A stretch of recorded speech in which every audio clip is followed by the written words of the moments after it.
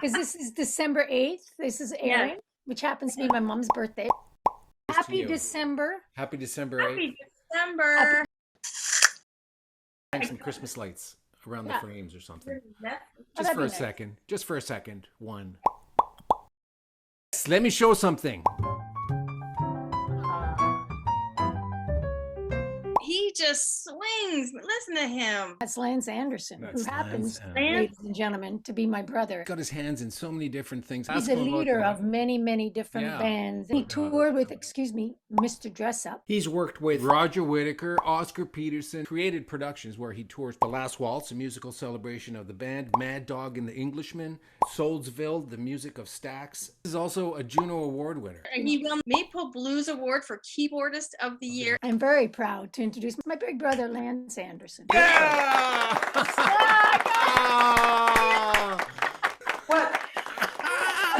Best beginning ever. What was your spark when you were young to make you go, yeah, this is the direction I want to go? Started playing the piano when I was quite young. I got some classical piano lessons. Really, it was February 9th, 1964, when the Beatles played Ed Sullivan. That's what turned my head around. I was 10 years old. I just went, I want to do that. There's Ernie Combs, Mr. Dressup, and there's you. How did you get working with him? I was just recommended to a drummer who got the gig first. He wanted to do live shows, wanted to have more of a band. And we'd go on these great tours, and it was by far the best tours I'd ever been on. And Ernie Combs was more famous than anybody else I'd worked with. It was just really moving. People would come out to the bus as we were leaving, and they were lined up to get an autograph and say goodbye to him, and people were crying. And you have to remember, this guy was on TV every day for 30 years. Yeah. At a time when there was only 2 networks.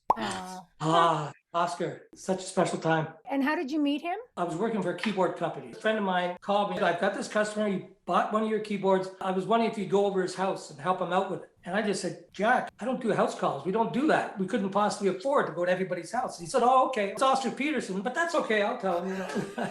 Okay, I've got to go over there. Now you have a show. Oscar Peterson, the jazz legend and the man I knew.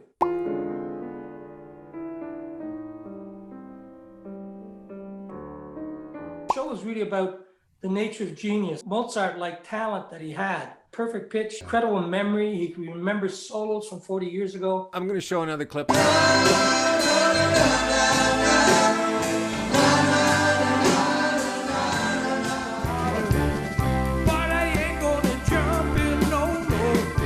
How did all this come together? The Kitchener Blues Festival just asked me to do something special for a Friday night show. We had so much fun doing it. The audience loved it. So we said, well, it'd be a waste not to do this again. And that's the only reason why we started doing it again. Just over your shoulder. The Junos, yeah. I won those for producing Leahy, Best New Group of the Year and Best Instrumental Record of the Year. Talk a little bit about Matchadash Parish. And Matt Whittaker, this wonderful young keyboardist, we wanted to have this big band that we could play our original music with. It's a 12-piece band. As people really respond to it, it's quite remarkable. What if you got anything coming up? I've got a Christmas show with Chuck Jackson and Shakur Saida in Port Credit, Ontario.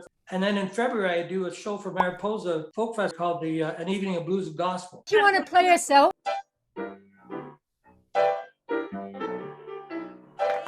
Oh my goodness. Thank you Thanks, so much. thanks, Lance. That was fabulous. See you soon. That was awesome. Lance is a phenomenal musician. When he was talking about Oscar Peterson and he can go back 40 years and he's got a great memory, that's Lance. Subscribe. Enjoy. Tell your friends. Share. You know. Tell people. Come on. Just Tell people.